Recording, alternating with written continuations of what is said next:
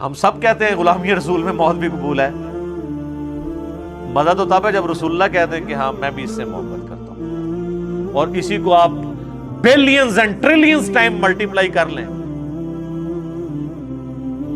تو خدا کا سٹیٹس پھر بھی نہیں ہو سکتا اس سے جو محبت ہونی چاہیے۔ والذین آمنوا اشد حبا للہ، اہل ایمان وہ ہیں جو شدید ترین محبت اللہ سے رکھتے ہیں۔ تو اللہ تعالیٰ فرما رہا ہے کہ یہ کہتے ہیں نا کہ ہم اللہ سے محبت کرتے ہیں، تم فرماؤ اگر اللہ سے محبت کرتے ہو پھر تمہیں وقت کے پیغمبر کی اتباع کرنی ہوگی، پھر اللہ بھی تم سے محبت کرے گا اور تمہارے گناہوں کو بھی معاف کر دے گا۔ یہی وہ چیز ہے جو بخاری اور مسلم میں آئی ہے کہ کل میں اس شخص کے ہاتھ میں جھنڈا دوں گا جو اللہ اور اس کے رسول سے محبت کرتا ہے، اللہ اور اس کا رسول اس سے محبت کرتے ہیں۔ اور صحابہ کہتے ہیں کہ ہمیں پوری رات نیند نہیں آئی کہ یہ ڈگری کس کو ملنے والی ہے کہ اللہ اور اس کا رسول اسے محبت کرتے ہیں۔ ویسے تو پہلی ڈگری بھی بہت بڑی ہے، یعنی ہم دعویٰ تو کرتے ہیں ہم اللہ اور اس کے رسول سے محبت کرتے ہیں، میرے پاس اس محبت کا کوئی سرٹیفکیٹ ہے کہ اللہ مان لے کہ ہاں یہ مجھ سے محبت کرتا ہے، یہ کوئی چھوٹی بات ہے؟ اور اس سے بڑی بات ہے کہ اللہ کے ہاں میں بھی محبت کرتا ہوں، اس میں تو پہلی ڈگری آپ کو پہلے ہی مل جائے گی کہ اگر اللہ کہتا ہے میں تم سے محبت کرتا ہوں تو امپلائڈ ہے کہ محبت اسی لیے کر رہا ہے کہ میں بھی اس کو رسپانس کر رہا ہوں، اس سے محبت کر رہا ہوں۔ صحابہ کہتے ہیں ہم پوری رات سوئے نہیں، صبح نبی علیہ السلام نے مولا علی کو بلایا، انہیں آشوب چشم تھا، آپ نے مبارک لعاب ان کی آنکھوں میں لگایا، اپنے مبارک ہاتھوں سے زرہ باندھ کے روانہ کیا، اللہ نے فتح دے دی۔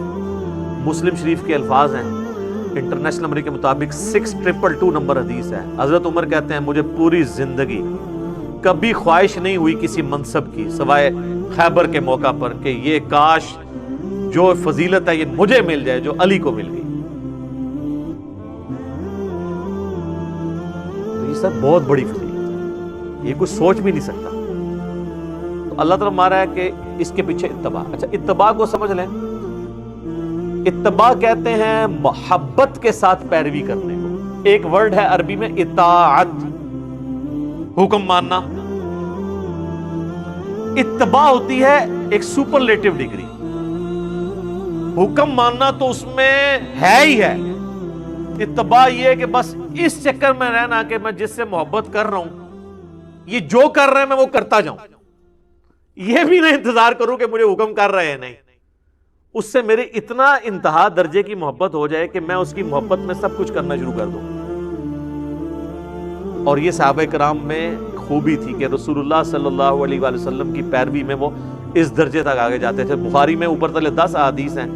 نافع کہتے ہیں کہ عبداللہ بن عمر اپنے سفر حج میں ان جگہوں پہ کھڑے ہو کر نماز پڑھتے تھے جہاں رسول اللہ کے ساتھ انہوں نے اپنے سفر حج میں پڑھی ہوئی تھی، حتیٰ کہ وہ کہتے ہیں ایک جگہ ایسی آئی کہ ایک جگہ مسجد بنی ہوئی تھی اور پاس ایک برساتی نالا تھا، اس پہ ایک پتھر رکھا ہوا تھا، عبداللہ بن عمر نے مسجد میں نماز نہیں پڑھی، اس پتھر پہ پڑھی اور کہا رسول اللہ نے یہاں پہ پڑھی تھی، اس وقت وہ مسجد نہیں تھی۔ مسند احمد میں یہاں تک آتا ہے کہ عبداللہ بن عمر ایک جگہ ایسی رک گئے کہ آپ نے وہاں پہ پیشاب کیا اور کہا رسول اللہ صلی اللہ علیہ وسلم نے یہاں پہ کیا۔ سر وہ بخاری مسلم کی حدیثیں پڑھے نا بندے پہ رقت طاری ہو جاتی ہے کہ یار اتنی جگہ عبداللہ بن عمر نے کیسے یاد رکھی ہوئی تھی، اور وہ راوی نے بھی روایت کی ہے کہ پھر ایک ایسا ٹیلا آیا، پھر ایک ایسا برساتی نالا آیا، پھر ایسا پہاڑ آیا۔ میں یار حیران ہو جاتا ہوں اس حدیث روایت کرنے والے بندے کو، اور عبداللہ بن عمر نے زندگی میں ایک دفعہ حضور کے ساتھ حج کیا تھا۔ اور آپ عبداللہ بن عمر سے یہ نہ سمجھیے گا کوئی لمبی سفید داڑھی، نہ، رسول اللہ جب فوت ہوئے نا صلی اللہ علیہ وآلہ وسلم، اس وقت عبداللہ بن عمر کی جو عمر تھی نا وہ تھی آلموسٹ 21-22 سال۔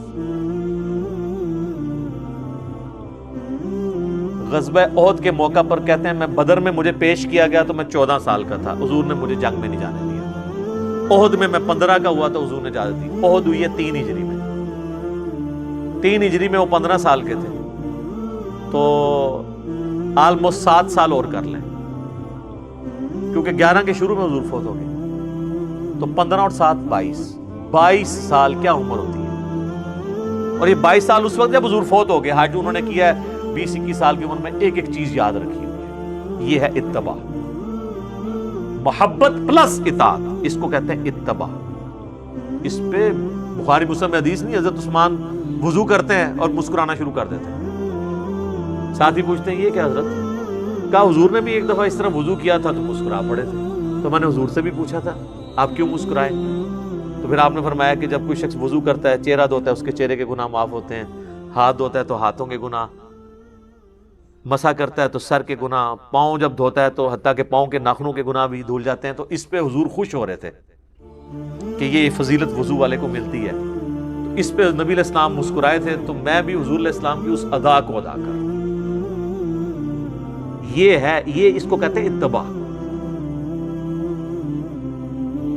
یہ وہ چیزیں جو obligatory نہیں ہیں، صرف محبت کے تقاضے ہیں۔ یعنی ہمیں تو کہیں نہیں کہا گیا کہ وضو کا ایک رکن یہ بھی ہے کہ آپ نے وضو کر کے مسکرانا ہے، لیکن یہ محبت کی فیلڈ ہے۔ لہذا یہ جو ایکسٹریم رویہ پایا جاتا ہے نا اہل حدیث کے ہاں، کہ وہ اس چیز کے اوپر، یا ایون دیوبند کے ہاں بھی، کہ وہ کہتے ہیں جی اصل چیز جو ہے نا وہ نبی علیہ السلام کے حکم کی پیروی ہے، اور وہ اس پہ اتنا زور دیتے ہیں کہ محبت والا ایلیمنٹ وہ بیک فٹ پہ کر دیتے ہیں۔ یہ ایکسٹریم رویہ ہے۔ اس کے اگینسٹ جو بریلوی اور شیعہ صرف محبت کے راگ لاتے رہتے ہیں، اور کرتوت انہوں نے کوئی ایک بھی کام پیغمبر والا نہیں کرنا ہوتا، اور وہ کہتے ہیں جی بس محبت ہوگی تو باقی کسی چیز کی ضرورت ہی نہیں ہے، وہ دوسری ایکسٹریم ہے۔ اسی لیے اللہ نے لفظ اتباع کا استعمال کیا ہے، محبت پلس اطاعت۔ سکی محبت نہیں تے سکے صرف گیٹ اپ اڈاپٹ نہیں کرنا، انتہا درجے کی عقیدت میں، جس کے آپ کو نمونے نظر آتے ہیں نا، بخاری میں نہیں آتا صلح حدیبیہ کے موقع پر نبی علیہ السلام جب وضو کر رہے ہیں، صحابہ آپ کے وضو کا پانی نہیں نیچے گرنے دے رہے، ٹھیک ہے، اپنے جسم پہ مل رہے ہیں، حتیٰ کہ کسی کو نہیں ملتا وہ دوسرے سے لے کے مل لیتا ہے۔